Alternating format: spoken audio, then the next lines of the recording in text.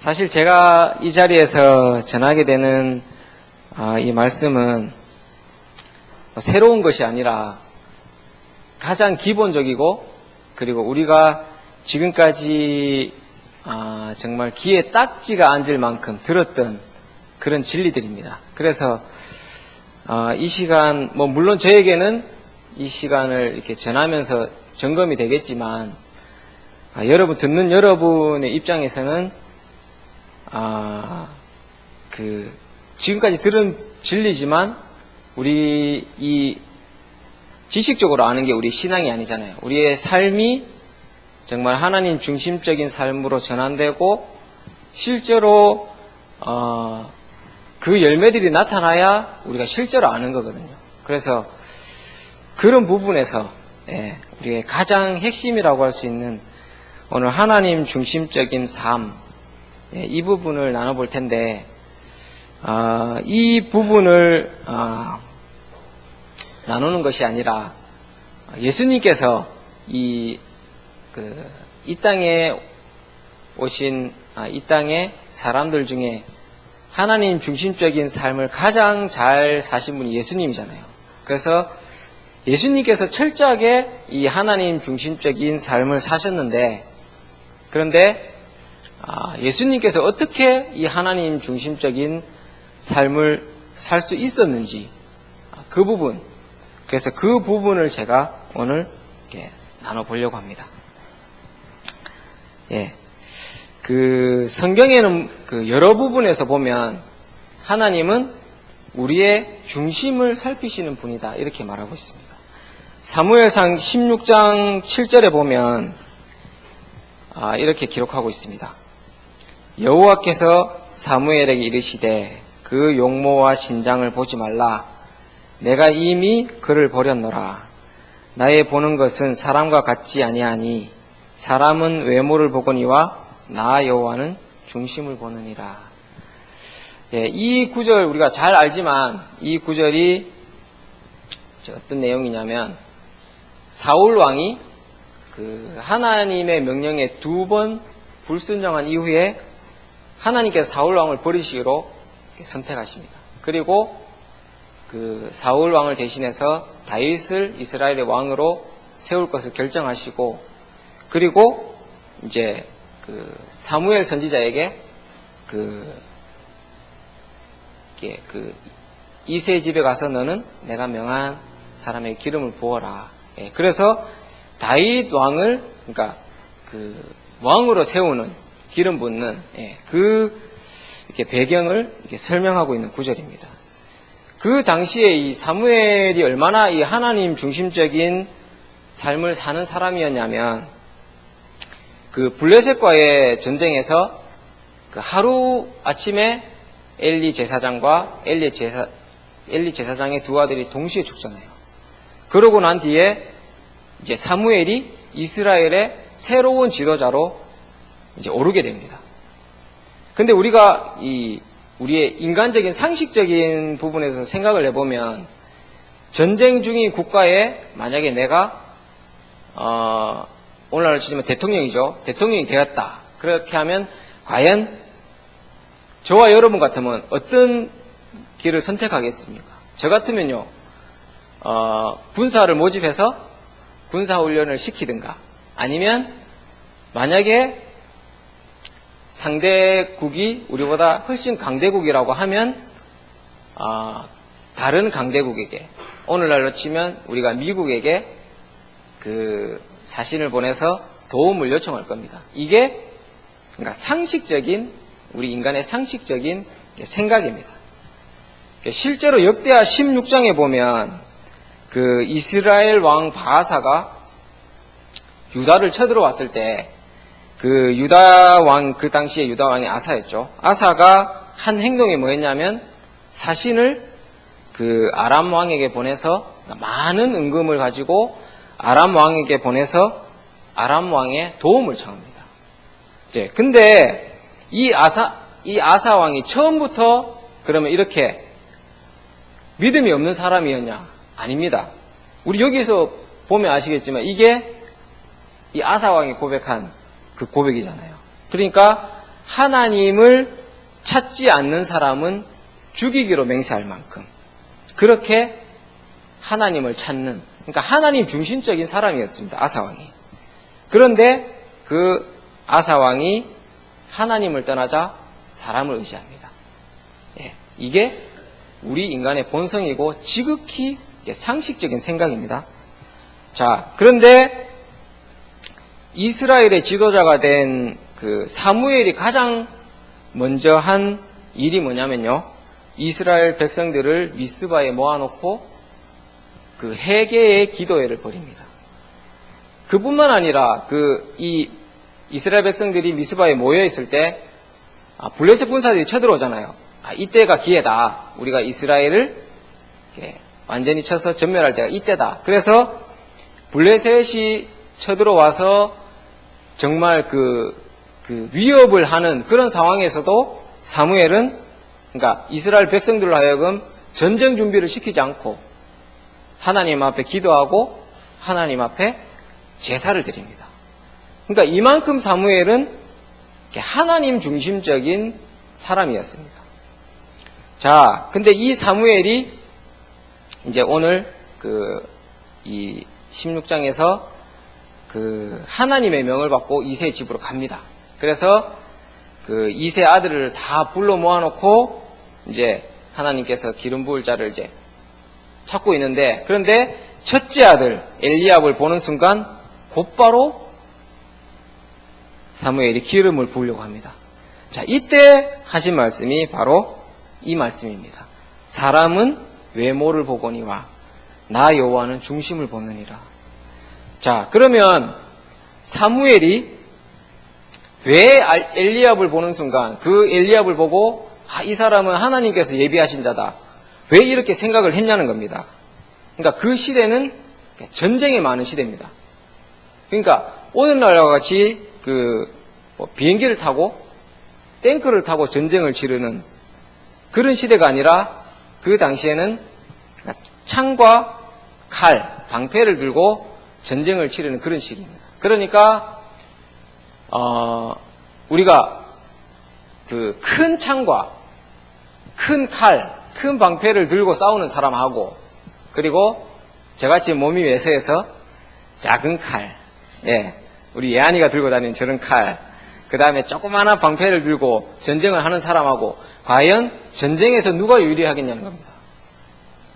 당연히 큰 칼을 들고 큰 방패를 들고 전쟁을 치르는 사람 당연히 유리하겠죠.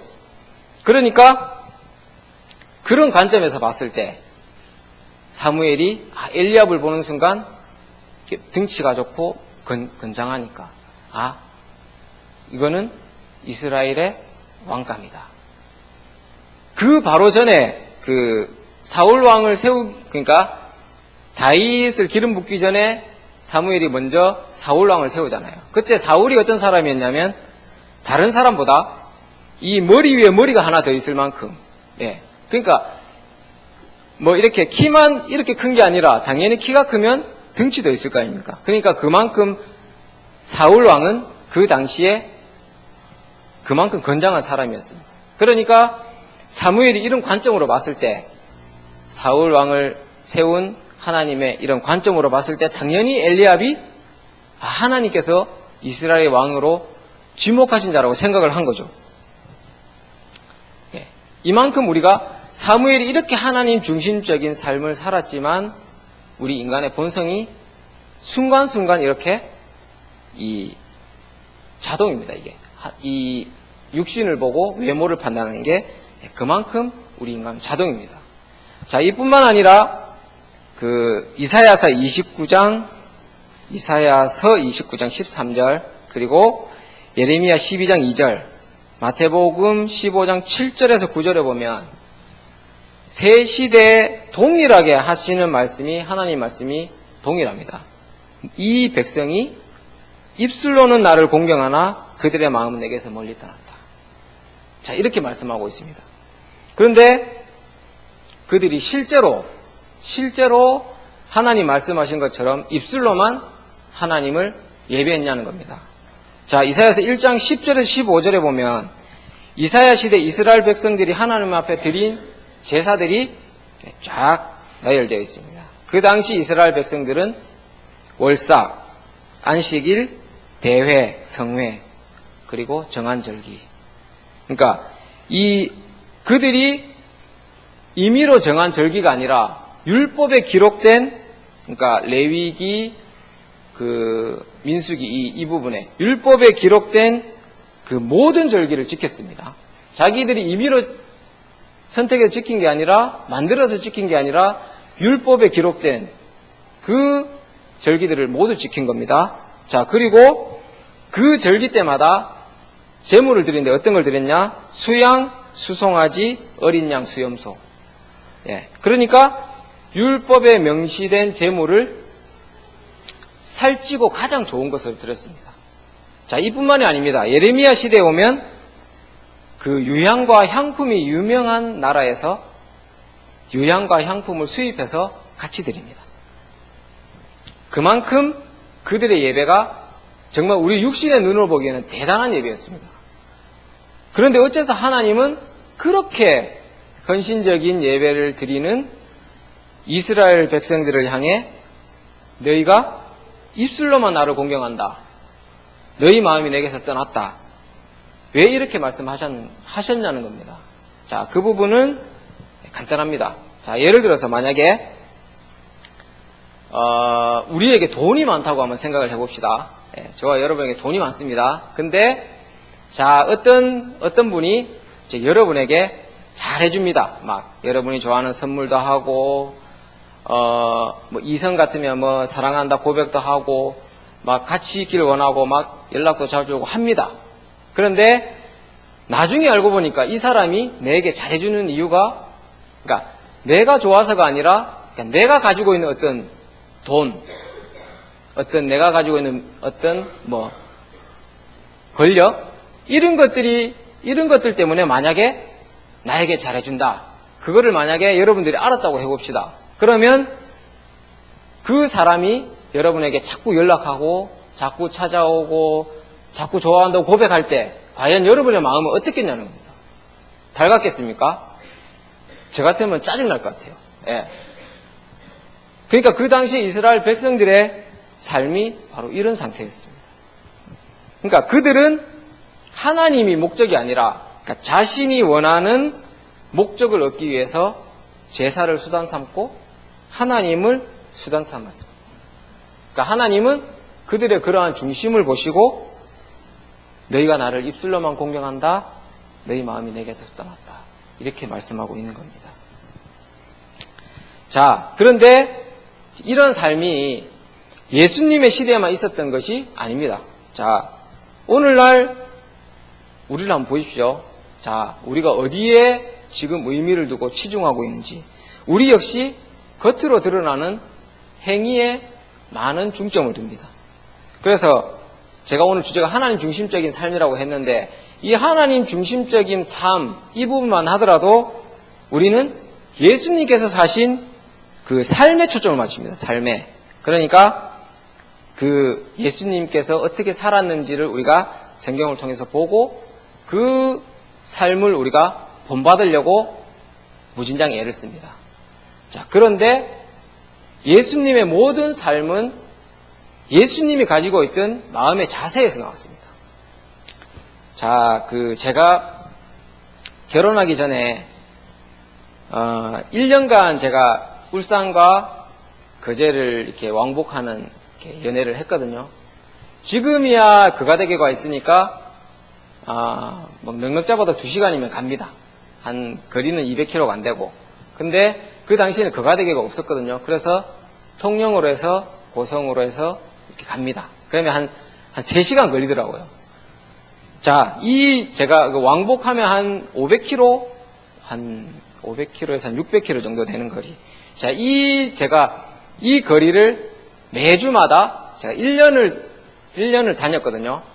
자, 그런데 제가 어떻게 이 먼 거리를, 뭐, 물론 멀다면 멀고 가깝다면 가깝겠지만, 이 거리를 어떻게 제가 1년 동안 매주마다 다닐 수 있었을까요? 그거는 사랑하니까 가능한 겁니다.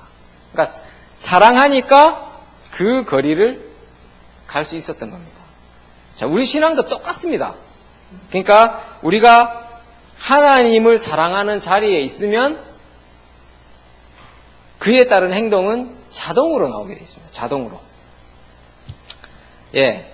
그래서 제가 오늘 이 예수님의 그 삶의 자세, 이 부분을 살펴볼 텐데, 제가 이 부분을 선택하게 된 이유도, 제가 예수님이 철저하게 하나님 중심적인 삶을 사셨는데, 과연 예수님이 어떻게 이 삶을 살 수 있었을까? 제가 고민을 해봤거든요.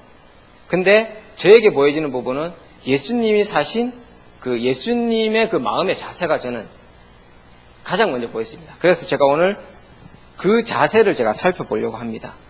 첫 번째,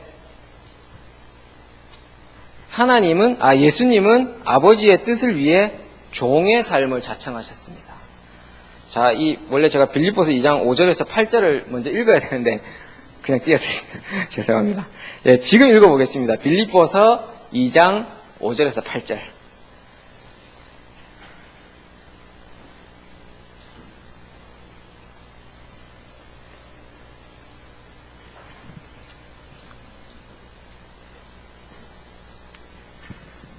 자, 다 찾으셨습니까?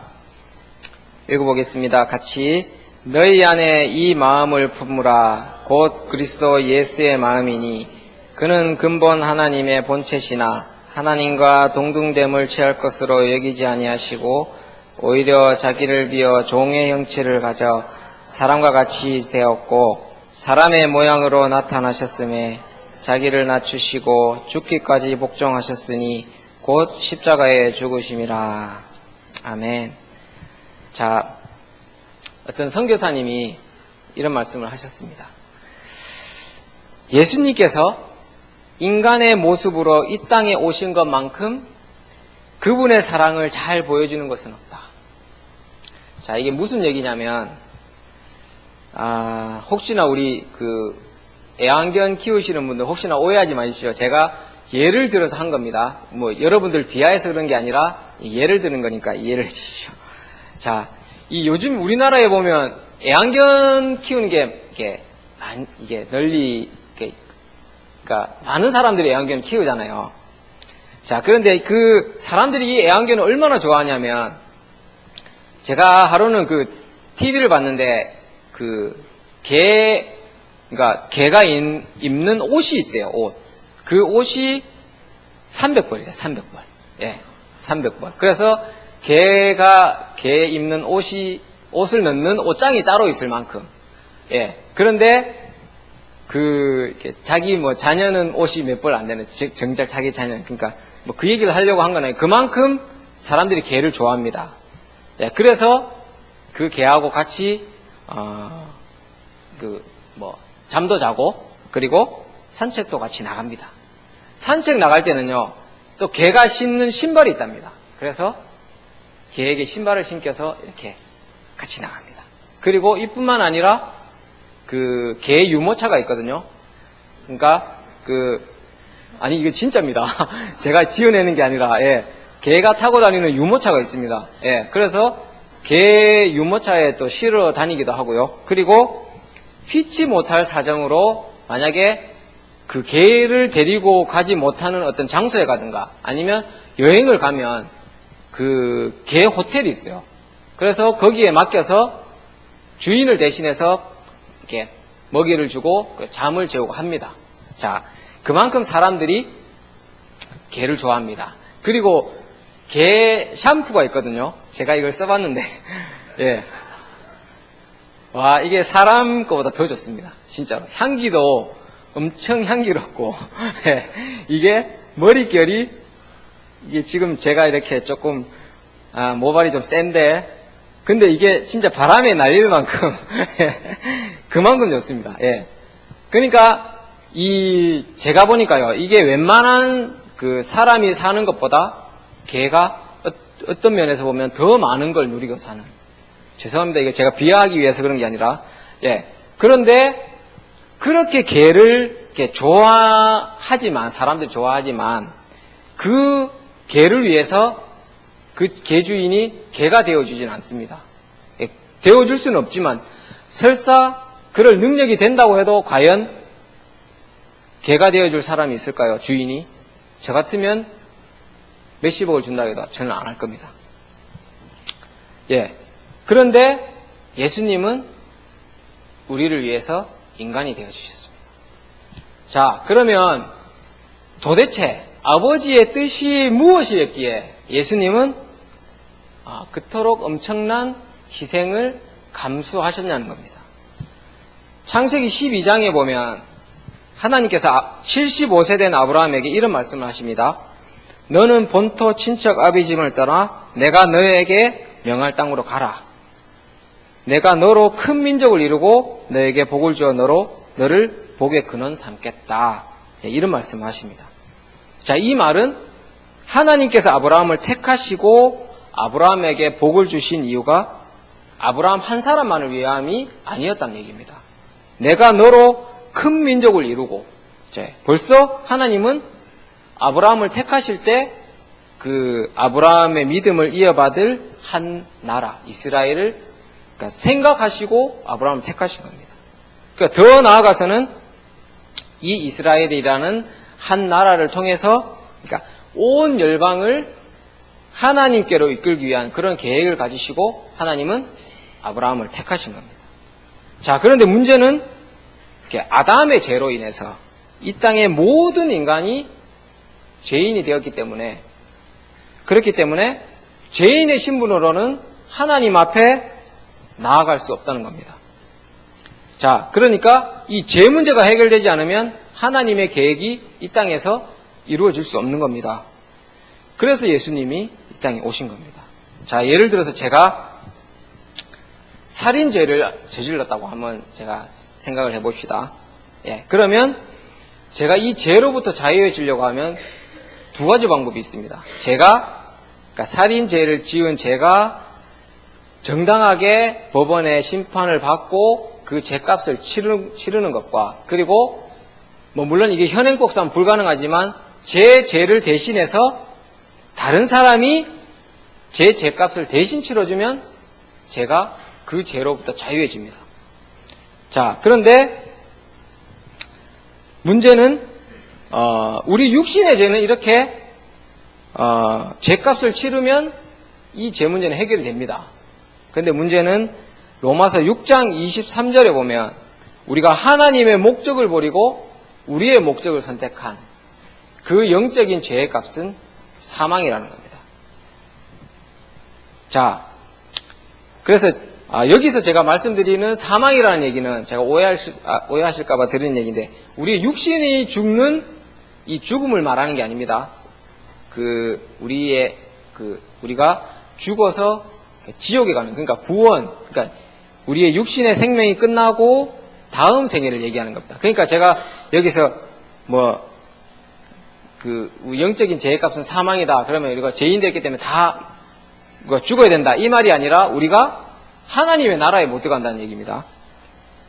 자, 그러면 우리가 이렇게 정직하게, 만약에 이 땅의 모든 인간들이 정직하게 하나님께 우리가 지은 죄값을 만약에 받게 되면, 그렇게 되면 이 땅에서 살아남을 자가 아무도 없다는 얘기입니다. 그러니까 우리가 다 죄인이기 때문에, 이렇게 되면 하나님께서 열방을 하나님께서 이끄시기 위한 계획이 이루어질 수 없는 거죠. 그러면 이제 하나님의 계획을 이루는 방법은 단 한 가지밖에 없습니다. 바로 누군가가 내 죄를 대신해서 그 죄값으로 죽어주는 방법밖에 없죠. 그런데 제가 방금 말씀드렸듯이 이 땅의 모든 인간들은 이미 아담의 죄로 인하여 벌써 사망 선고를 다 받았습니다. 그러면 남는 사람은 예수님밖에 없죠. 그래서 죄 없으신 예수님이 우리의 죄를 대신해서 그 죄값을 치를 수밖에 없었던 겁니다. 그러니까 예수님은 이것이 하나님의 뜻인 것을 분명히 아셨습니다. 그리고 또 그 죄값을 치를 수 있는 사람이 예수님 한 분뿐이라는 것을 또 분명히 아셨습니다. 그리고 그걸 아셨기 때문에 예수님은 하늘의 영광을 다 버리시고 이 땅에 인간의 모습으로 오셔서 십자가에 죽기까지 이렇게 복종하신 겁니다. 그러니까 이 자세가 예수님에게 있어서 예수님이 철저하게 하나님 중심적인 삶을 살 수 있었던 비결이었습니다. 성경은 우리에게 예수님의 이 마음을 이렇게 품으라고 말하고 있습니다. 자, 그런데 이런 얘기를 하면 아마 이런 반박을 하는 사람이 있을 겁니다. 아니, 그거야 예수님이 하나님의 아들이니까 가능하지. 우리 같은 인간이 어떻게 그 삶을 산단 말이고, 분명히 이런 생각을 가지는 사람이 있을 겁니다. 그래서 성경에는 하나님의 이야기만을 기록하고 있는 것이 아니라 성경적인 믿음의 길을 간 믿음의 사람들의 이야기가 같이 기록되어 있습니다. 왜? 우리로 하여금 반박하지 못하도록. 봐라, 이렇게 믿음의 길을 간 사람들이 있다. 그걸 증거하기 위해서 성경에는 하나님의 이야기뿐 아니라 믿음의 길을 간 믿음의 선배들의 이야기가 같이 기록되어 있습니다. 그 대표적인 예가 이제 바로 사도 바울입니다. 사도 바울. 자, 사도행전 16장에 보면 사도 바울이 그 빌립보 지역에서 복음을 이렇게 전하는 과정이 여기에 설명이 되어 있습니다. 자, 거기에 보면 사도 바울이 아시아에서 복음을 전하고 있을 때 두 가지 어떤 증표를 가지고 이렇게 마게도냐로 떠나게 되는데, 첫 번째는 성령께서 아시아에서 복음 전하는 걸 막으셨습니다.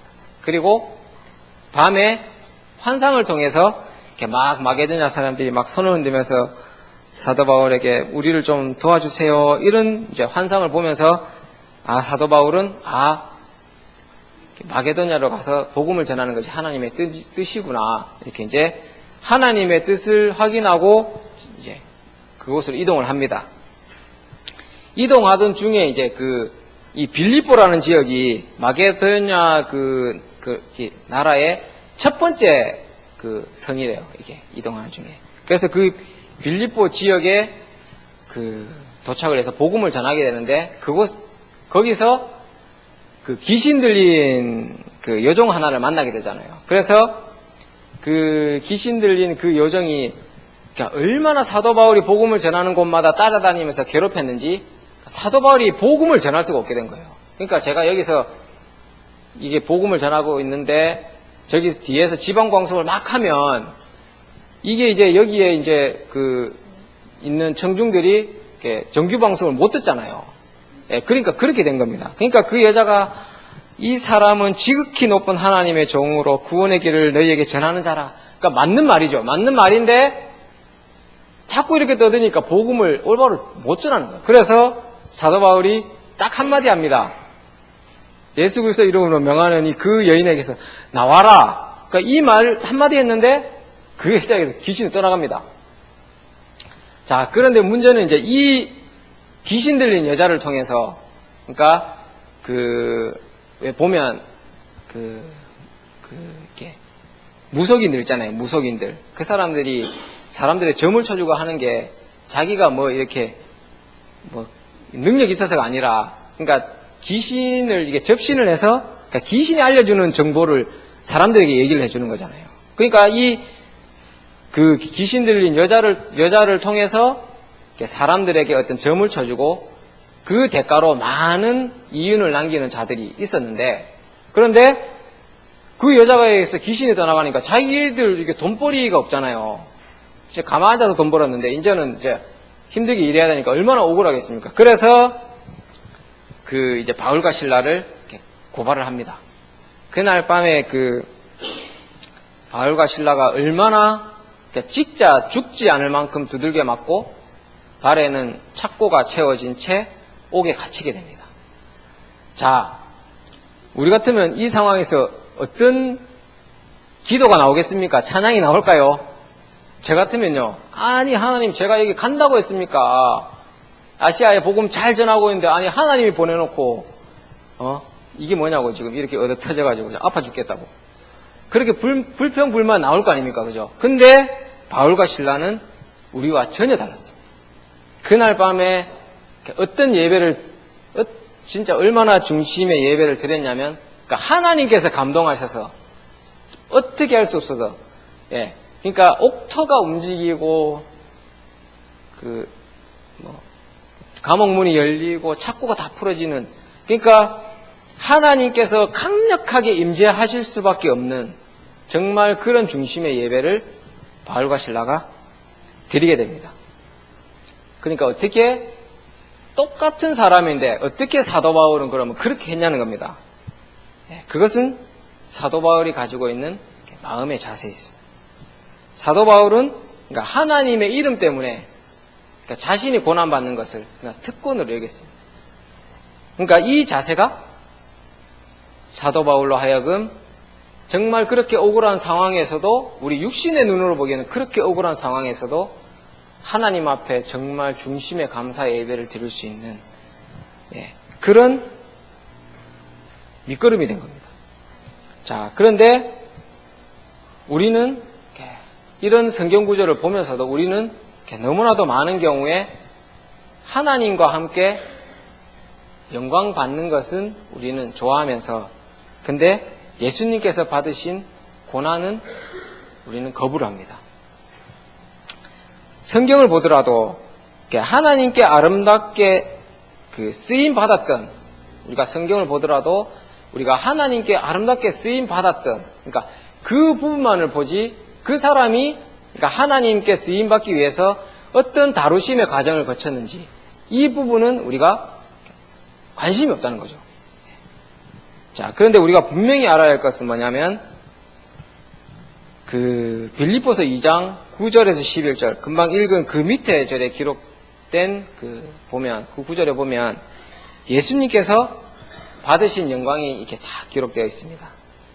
제가 읽어드리겠습니다. 하나님이 그를 지극히 높여 모든 이름 위에 뛰어난 이름을 주사 하늘에 있는 자들과 땅에 있는 자들과 땅 아래에 있는 모든 자들로 모든 무릎을 예수의 이름 아래 꿇게 하시고 모든 입으로 예수 그리스도를 주라 시인하여 하나님 아버지께 영광을 돌리게 하셨느니라. 그러니까 예수님께서 이게 엄청난 이런 영광을 받으셨는데, 이 영광이 그러니까 하나님의 아들이었기 때문에 받았다고 우리는 그렇게 생각합니다. 그런데 우리가 명백하게 볼 수 있는 것은 예수님이 이렇게 놀라운 영광을 받으신 것은 하나님의 아들이었기 때문에 받으신 것이 아니라, 우리가 읽은 5절에서 8절, 그 앞절인 5절에서 8절에 기록된 하늘의 영광을 다 버리시고 이 땅에 인간의 모습으로 오시고, 그리고 십자가 죽기까지 복종하신 그런, 그러니까 엄청난 희생과 고난을 감수했기 때문에 그 놀라운 영광을 받으신 겁니다. 자, 그래서 우리가 알아야 할 것은 뭐냐면, 이 땅에서 누리는 그 세상적인 부귀와 영화는 우리가 굳이 애쓰고 수고하지 않아도, 그러니까 우리가 부모님을 잘 만나서 상속만 잘 받으면 이 땅에서 누리는 부귀와 영화는 얼마든지 누릴 수 있습니다. 자, 세상에서는. 그런데 영적인 부귀와 영화는 희생과 헌신이 없이는 절대 주어지지 않는다는 겁니다. 자, 이것은 하나님께서 창조하신 자연의 섭리를 보면 잘 알 수 있습니다. 자, 우리가 밭에 콩을 이렇게 심었다고 이렇게 가정을 해보면, 그 콩이 열매를 맺으려고 하면, 그러니까 콩이 자신의 몸을 두 조각으로 이렇게 나눠서, 그래서 그 사이에서 뿌리와 싹이 이렇게 자라는, 그러니까 콩이 자신의 어떤 콩 본연의 모습을 희생하지 않으면, 그러니까 열매 맺는 것은 불가능합니다. 그러니까 하나님 나라도 마찬가지입니다. 희생과 헌신이 없이는 열매 맺는 삶이 불가능합니다. 자, 아브라함을 보십시오. 그가 75세의 나이에 하나님으로부터 이렇게 엄청난 약속을 받습니다. 그런데 그 아브라함이 자신이 지금까지 일평생 닦아놓은 그런 삶의 터전을 버리고 떠나지 않고는 그 엄청난 하나님의 유업을 받을 수가 없는 겁니다. 그래서 사도 바울은 로마서 8장 18절에서 현재의 고난은 장차 우리에게 나타날 영광과 좋게 비교할 수 없도다. 자, 이렇게 말하면서 그러니까 이 땅에서 우리가 치러야 할 이런 희생 때문에 고민하고 있는 하나님의 백성들에게 희망의 메시지를 주고 있는 겁니다. 자, 그리고 이 하나님 나라의 섭리를 그 관계적인 의미에서 잘 표현하는 것이 고린도전서 12장에 기록된 몸과 지체의 비유입니다. 자, 예를 들어서 우리 이 다리가 입이 달려서 말을 한다고 칩시다. 그러면 나는 막 맨날 이놈의 무거운 이게 몸만 이거 뭐 지탱해야 되고 나는 막 힘들어서 막 안 할란다. 치 아프라 이랬다고 칩시다. 만약에 다리가 파업을 한다고 칩시다. 자, 그러면 우리 이 몸이 이동할 수 있는 방법은 아무것도 없습니다. 뭐 물론 능력 있는 사람은 물구나무를 서서 가겠지만 그것도 한두 걸음이지. 예. 사실상 불가능합니다. 예. 또 이 눈이 지금 이 눈이 저희 지금 요 앞에 있잖아요. 이 얼굴 앞면에 있는데 만약에 이 눈이 이 뒤통수에 붙어 있다고 생각을 해봅시다. 자, 그러면 우리가 맨날 보는 거는 뒤를 보고 살아야 됩니다. 자, 그리고 머리카락에 가려서 눈의 역할을 이렇게 올바로 감당하지 못하게 되는 거죠. 자, 그리고 이 눈썹. 자, 우리가 보기에는 이 눈썹이 이게 정말 하찮게 보이잖아요. 그런데 만약에 이 눈썹이 없다고 생각을 해봅시다. 그러면 일단 외관상 가장 문제가 됩니다. 예, 금방 모나리자 얘기했는데 이 눈썹이 없으면 외관상 정말 웃깁니다. 모나리자 보셨죠? 그림. 사람이 아무리 아름다운 여인이라 하더라도 이 눈썹 하나 없으면 정말 웃깁니다. 예. 그리고 기능상 문제입니다. 기능상. 자, 이 눈썹이 없으면요. 우리가 비를 맞거나 아니면 우리가 땀이 흐르면 눈썹이 없으면 이게 다 눈으로 들어간다고 합니다. 그러니까 외관상으로 봐도 문제, 기능상으로 봐도 문제. 그러니까 우리의 눈에 보이기에는 정말 하찮게 보이는 이 눈썹이라 하더라도 우리 몸에는 없어서는 안 되는 존재라는 거죠. 자, 그러니까 우리 이 몸이 그러니까 건강한 이 몸이 되려고 하면 세 가지 요소가 있어야 됩니다. 자기가 감당해야 될 기능을 알아야 되고, 그리고 자기가 있어야 될 자리에 있어야 되고, 그리고 하나 뭐죠? 예, 그게 우리의 눈에는 하찮게 보여도 그게 절대 필요악이 아니라는 겁니다. 그냥 필요한 존재라는 겁니다. 자, 교회도 마찬가지입니다. 교회도 이렇게 건강한 교회가 되려고 하면 이 세 가지가 반드시 필요합니다. 교회도 자기가 어떤 사명을 가지고 있는지 그걸 알아야 되고, 그리고 그 사명을 가지고 있어야 될 자리에 있어야 돼요. 농서교회에 있어야 될 성도가 간포교회에 가 있으면 아무런 소용이 없는 겁니다. 그리고 우리의 눈에 보이기에는 하찮은 성도라고 하더라도 하나님 보시기엔 아니라는 거죠. 그러니까 요 세 가지가 그래서 예수님은 이 아버지의 뜻을 위해 자신의 뜻을 내리고 철저하게 자청해서 종의 자리에 서신 겁니다. 두 번째, 예수님은 아버지와 개인적인 교제의 시간을 최우선으로 여기셨습니다. 누가복음 5장 15절에서 16절입니다. 거기에 보면, 여기 띄워주시고요. 거기에 보면 제가 읽어드리겠습니다. 예수의 소문이 더욱 퍼짐에 그다음 무리가 말씀도 듣고 자기 병도 나음을 얻고자 하여 모여오니 예수는 물러가서 한적한 곳에 가서 기도하시니라. 자, 성경에 보면 우리 한 사람 한 사람의 어떤 그런 목적 이런 것들이 기록되어 있지 않습니다. 성경 어디에도 성집사는 농소교회를 섬겨라, 성경이는 뭐 우간다로 가라 이런 것들이 안 적혀 있습니다.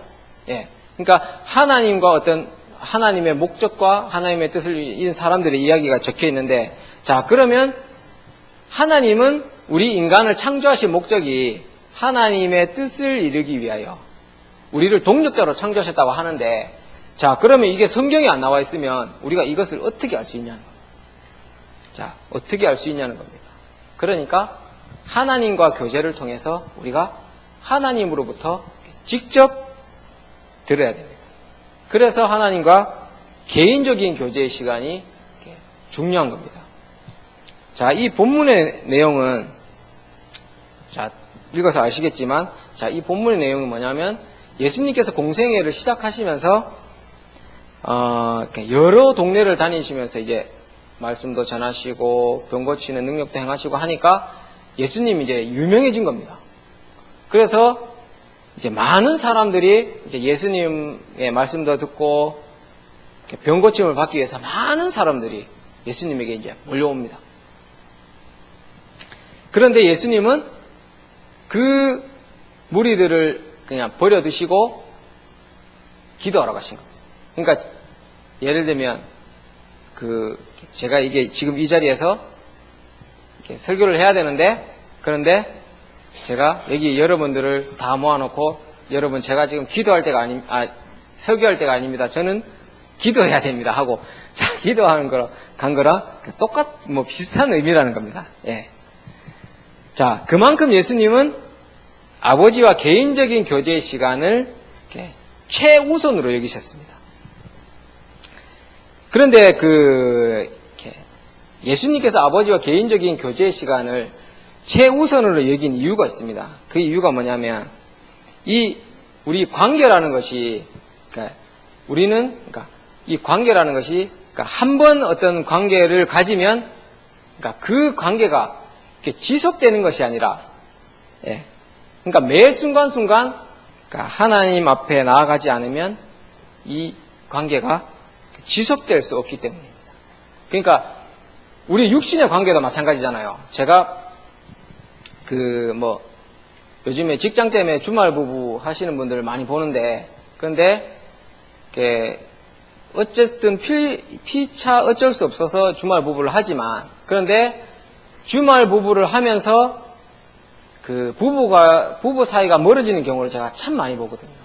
그러니까, 우리가 인간과의 관계에 있어서도, 지속적으로 관계를, 밉든 곱든 지속적인 관계를 유지하지 않으면 이 관계가 유지되는 게 힘듭니다. 근데 우리의 영적인 관계는 다하죠. 그러니까 예수님이 지속적으로 하나님과 개인적인 교제식을 가졌던 것은 하나님과 아버지와 친밀한 그런 관계를 유지하기 위해서, 이게 한 번의 만남으로 인해 지속되는 것이 아니라 우리가 지속적으로 하나님을 추구하고 만남으로 해서 지속되기 때문에 예수님은 이 관계 시간을 가장 소중하게 여긴 겁니다. 그래서 예수님이 밤이 맞도록 기도했다. 그리고 새벽 일찍, 새벽 미명에 일어나서 기도했다. 이런 부분들이 다 그것을 이제 말해주고 있는 겁니다. 자, 그런데 사실 우리가 매 순간 하나님과 이런 관계 안에 있기가 사실상 힘들죠. 불가능합니다. 거기에는 또 많은 영적 에너지가 소모됩니다.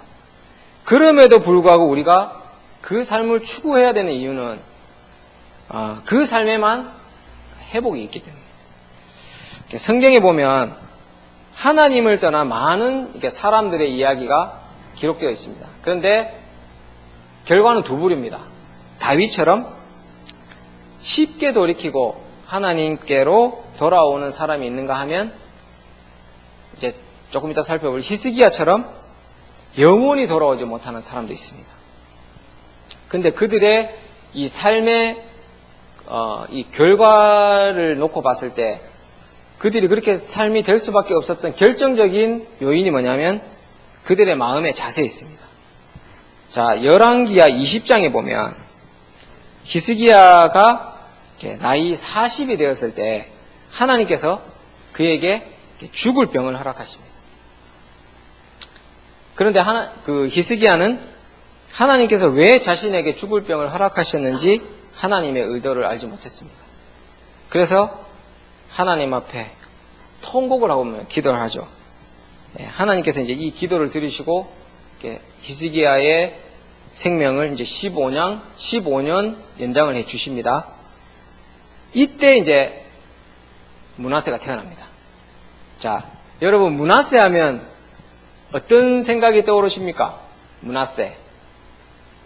저는 우상숭배, 유다의 가장 악한 왕, 이 두 가지가 저는 가장 먼저 떠오르더라고요. 자, 그렇다면 히스기야 같이 이 정말 믿음의 왕에게서 어떻게 므낫세와 같이 유다의 가장 악한 왕이 나올 수 있었을까요? 이 참 어떻게 보면 7대 불가사의 중 하나지 않습니까? 그 이유는 히스기야가 하나님 앞에 드린 그 기도를 보면 우리가 짐작할 수 있습니다. 열왕기하 20장 3절에 보면 이렇게 기도하고 있습니다. 여호와여 구하오니 내가 진실과 전심으로 주 앞에 행하며 주의 보시기에 선하게 행한 것을 기억하옵소서. 자, 이렇게 기록하고 있습니다. 이렇게 기도하고 있습니다. 자, 이 기도가 이제 언제 한 기도냐면 히스기야가 그 죽을 병을 이렇게 갖고 난 뒤에 한 기도거든요. 그러니까 이 기도 내용은 뭐냐면 하나님, 제가 하나님 앞에 정직하게 행하지 않았습니까? 하나님 앞에 선하게 행하지 않았습니까? 그러니까 제 생명 인정해 주세요. 그러니까 쉽게 얘기하면 이런 뜻입니다. 그런데 이렇게 기도한 사람이 신약에 또 있습니다. 누가복음 18장 9절에 보면 그 바리새인과 세리의 기도 비유에서 나오는 바리새인의 기도입니다. 자, 거기에 보면 바리새인이 이렇게 기도합니다. 두 사람이 성전에 기도하러 올라가니 하나는 바리새인이요 하나는 세리라. 바리새인은 서서 따로 기도하여 가로되 하나님이여 나는 다른 사람들 곧 토색 불이 간음하는 자들과 같지 아니하고 이 세리와도 같지 아니함을 감사하나이다. 나는 일에 2번씩 금식하고 또 소득의 11조를 드리나이다 하고. 자, 여기서 이 두 사람의 공통점이 뭐냐면 두 사람 다 자신이 하나님 앞에 한 행동을 가지고 하나님 앞에 나오는 것을 볼 수 있습니다. 자, 우리가 착각하는 것 중에 하나가 뭐냐면 우리가 이렇게 십자가 복음을 듣고 그리고 신앙의 본질의 메시지를 우리가 듣는 것이 우리는 뭔가 받을 만한 자격이 있어서 우리가 이 자리에 있다고 생각을 합니다. 자, 이렇게 되면요 어떻게 되냐면 마땅히 하나님께 돌려드려야 될 감사, 영광을 우리가 그러니까 못 돌려드리게 되죠. 그러니까 우리가 대신 취하게 됩니다. 이게 바로 루시퍼입니다. 루시퍼. 제가 이렇게 장례식장을 이렇게 다녀보면, 제가 장례식장을 다녀보면 이게 좀 이렇게 유념히 보는 게 뭐냐면 장례 절차를 제가 유념히 보거든요. 이렇게 기독교식으로 하느냐 아니면 유교식으로 하느냐 이걸 보는데, 근데 제가 지금까지 장례식장을 이렇게 다녀봤는데 진짜 기독교식으로 하는 그 장례식장을 제가 거의 못 본 것 같아요. 거의. 제가 우리 김재원 할아버지 돌아가셨을 때 그 영락공원에 갔는데 그 영락공원 화장장이 엄청 크잖아요. 거기에 보면 이렇게 가마라죠. 이렇게 화장장이니까 이렇게 관이 들어가는 가마라고 하는데 그게 제 기억에는 12개인가? 15개인가? 그렇게 돼요. 그러니까 그만큼 그 영락공원 화장장이 큽니다. 근데 제가 거기에서 이게 순서를 기다린다고 한 1시간 정도 있으면서 이게 쭉 둘러봤는데 이게 보면은 이게 영정사진을 놓고 이게 하잖아요. 거기에 이제 뭐 그리스도에 있는 십자가를 이렇게 붙이고 뭐 아니면 일반 사람들은 그냥 이렇게 검은 테를 두르는데, 근데 이렇게 많은 사람들이 있더라고요. 거기에는 보니까 10대 정말 한 10대 어떤 중학생쯤 되는 여자아이도 있고, 그리고 뭐 늙으신 분들도 있고, 그 다음에 애기들도 있고, 진짜 다양한 어떤 연령의 그런 분들이 운명을 달리하고 이렇게 그곳에 있는 걸 봤는데, 근데 제가 1시간을 기다리면서 그 많은 사람들이 지나가는데 기독교식으로 장례 절차를 치르는 사람을 제가 한 명 봤습니다. 한 명. 자, 그러니까 이 얘기는 뭐냐면 우리가 예수 믿고 천국 가는 게 오늘날에는 그러니까 그만큼 희박하다는 얘기입니다. 예, 물론 이 자리에 있다고 제가 이걸 단정 지을 수는 없지만 이 자리에 있다고 해서 다 천국 가는 건 아니겠지만, 그거는 하나님의 관점이니까 저는 뭐 말할 수 없겠지만, 아무튼 그렇게 많은 사람이 운명을 달리하는데 그 중에서 기독교 장례를 한 번 봤거든요. 한 명. 그러니까 그만큼 희박하다. 자, 그러면서 제가 어떤 생각이 들었냐면, 내가 진짜 하나님 앞에 감사합니다, 하나님 감사합니다 하지만 이게 정말 제 입술뿐인 고백인 게 딱 보이더라고요. 그러니까 하나님께서 아들을 보내서 우리를 구원한 그 구원의 은혜가 얼마나 큰지를 모르니까 그냥 우리는 입술로만 뻐긋뻐긋 하고 있는 겁니다. 자, 지금 이 시간에도 아마 수많은 장소에서 아마 복음이 전해지고 있을 겁니다. 그런데 이 복음의 가치를 보지 못하는 사람에게는 이 복음이 미련하게 보이겠죠. 자, 이런 의미에서 보면 우리가 지금 이 땅에서 정말 믿음을 지키기 위해서 이 땅에서 우리가 하고 싶은 거 참고 인내하고 이런 것들이 발버둥 치고 이런 것들이 제가 생각하기에는 하나님의 엄청난 은혜구나. 예, 그런 게 보였습니다. 그래서 저는 우리가 이 하나님의 은혜를 가볍게 여기지 않았으면 좋겠습니다. 자, 어느 누가 이런 말을 하더라고요.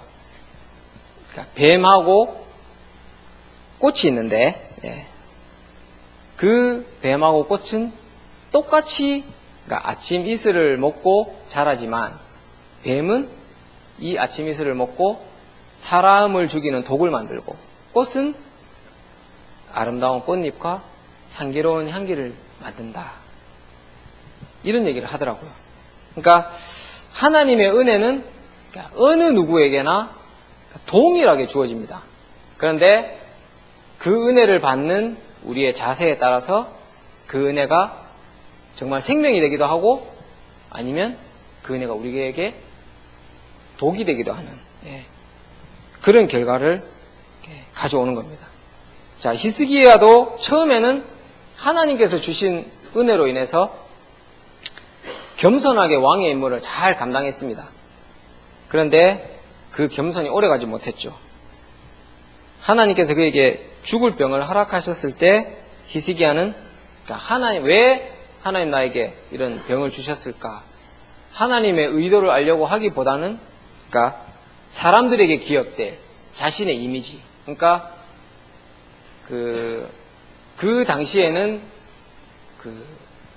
대를 이을 자녀가 어떻게 보면 아들이 자기의 자부심이었잖아요. 그 당시에는.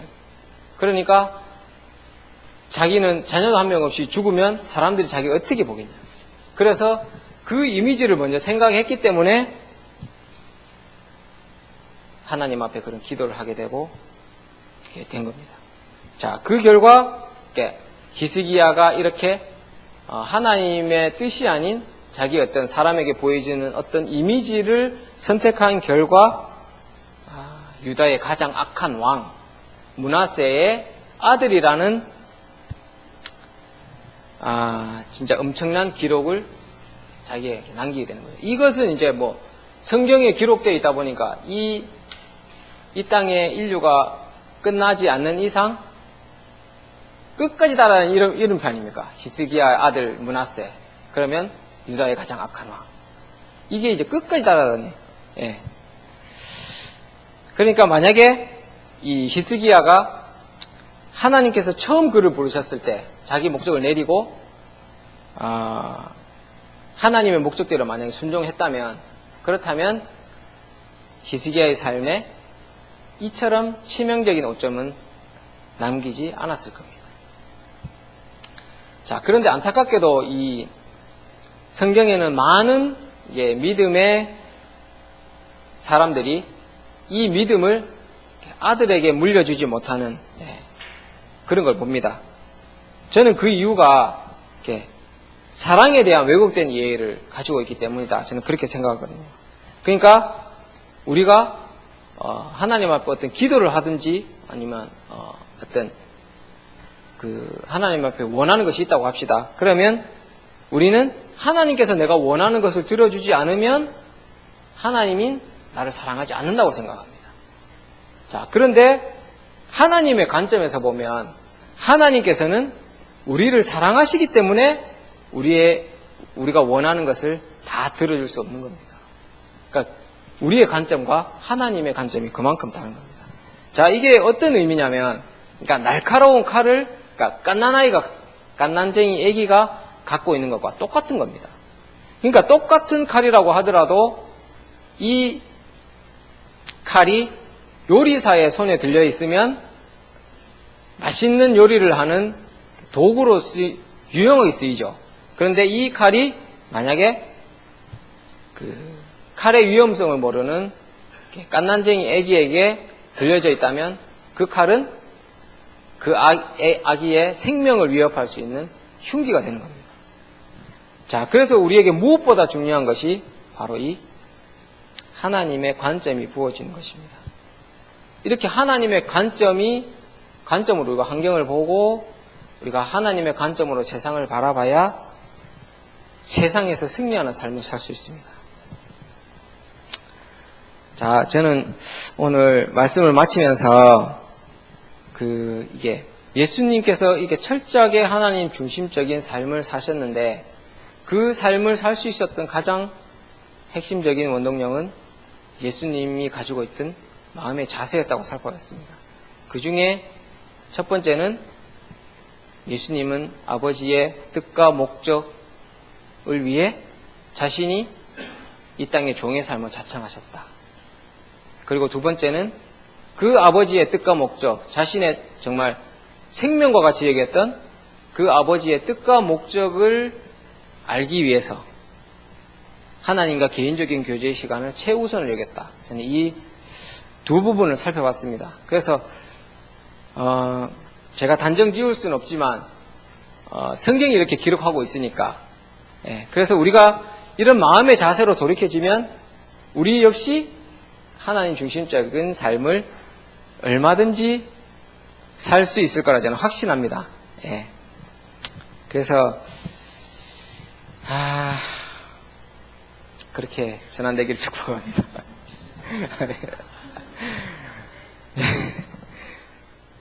찬양 하나 하고 우리 기도하겠습니다.